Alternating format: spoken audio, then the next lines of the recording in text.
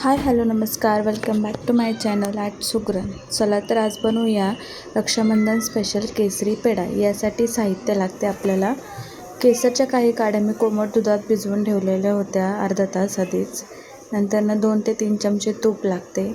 मी इथे पाऊण दूध पावडर घेतलेली आहे. नंतरनं 1 वाटी पिठी साखर आणि अर्धा वाटी दूध घेतलेले आहे.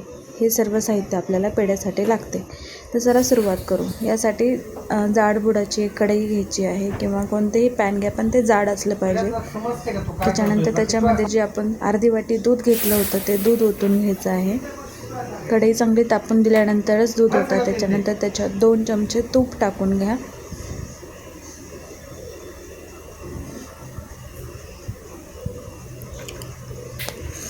तूप चांगले त्याच्यामध्ये लगेच मेल्ट होते आणि दूध चांगलं उकळल्यानंतर त्याच्यामध्ये जी दूध पावडर घेतली होती आपण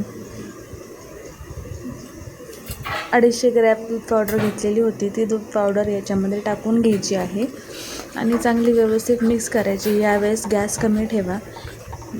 त्याच्या गुठळ्या न होऊन देता व्यवस्थित मिक्स करून घ्या. ही दूध पावडर व्यवस्थित मिक्स केल्यानंतर तिचा अशा प्रकारे गोळा तयार होतो एक व्यवस्थित. तुम्ही बघू शकता.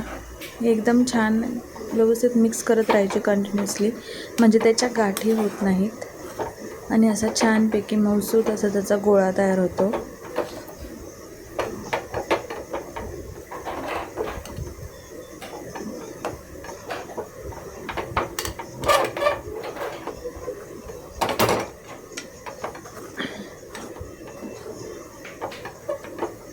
तुम्ही पाहू शकता मी ज्या पद्धतीने करत आहे त्या पद्धतीनेच व्यवस्थित प्रोसेस फॉलो करा. आता हे असा गोळा झाल्यानंतर त्याच्यामध्ये जे केशरचं दूध ठेवलं होतं आपण ते याच्यामध्ये टाकून घ्यायचं आहे आपल्याला आणि परत हे सर्व मिश्रण व्यवस्थित मिक्स करून घ्यायचे आहे. अगदी झटपट होणारी रेसिपी आहे. तुम्हाला 20 मिनिटांमध्ये हे पेढे तयार होतात. बाहेरून विकत आणण्यापेक्षा घरी तयार केलेले कधीही चांगले.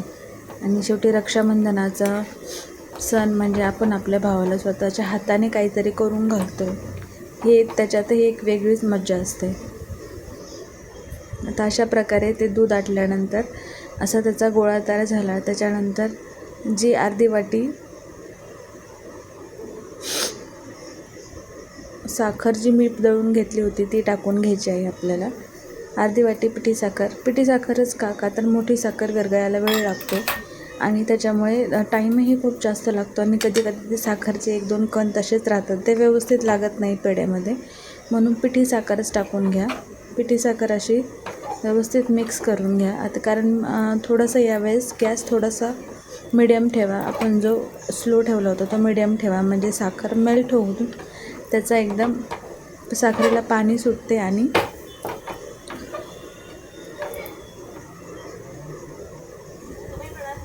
अशा प्रकारे साखरेला पाणी सुटून हे मिश्रण असे पातळ होते. आता हे मिश्रण आपल्याला कमीत कमी 10 मिनिटे तरी मिडियम गॅसवरती चांगले परतून घ्यायचे आहे. कंटिन्युअसली हलवत राहा कारण ते खाली लागण्याची शक्यता असते. आता याचा चांगला असा गोळा तयार होईपर्यंत आपल्याला ते असंच मिक्स करत राहायचे आहे.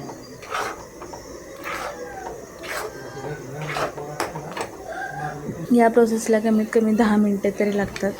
तुम्ही बघू शकता आता याचा चांगला गोळा तयार होत आलेला आहे. ज्यावेळेस आपल्याला जाणवतं की हे पलटण्यासाठी थोडं जड जात आहे त्यावेळेस गॅस ऑफ करून एका डिशमध्ये ते गार करण्यासाठी सेपरेट खाली काढून घ्या, म्हणजे ते थंड होते आणि नंतर आपण थंड झाल्यानंतर तुपाचा हात घेऊन असे त्याचे पेढे वळून घ्यायचे आहेत. अगदी घरातील लहान मुलेसुद्धा हे पेढे वळू शकतात आणि खाण्यात अतिशय छान लागतात. तुम्ही बघू शकता इथे मी आणि माझे हजबंड दोघंजण पेढे वळून घेत आहोत. ते मिश्रण थोडंसं कोमट असतानाच चांगले मळून घ्या पेढे. अशा प्रकारे पेढे वळून घ्यायचे आणि हे पेढे 15 दिवस तरी आरामशीर टिकतात. तुम्ही बघू शकता किती छान असे पेढे तयार झाले आहेत, किती चकाकी आलेली आहे त्याला खूप, आणि खाण्यासही खूप छान लागतात. हे एक्स्ट्रा टाकायची काही गरज नाही आहे कारण दूध पावडरमुळे आणि केसरमुळेच त्याला खूप छान वास आणि सुगंध तसेच चवही आले आहे. रेसिपी आवडल्यास नक्की ट्राय करा, कमेंट करा आणि माझ्या चॅनलला सबस्क्राईब करा. थँक्यू.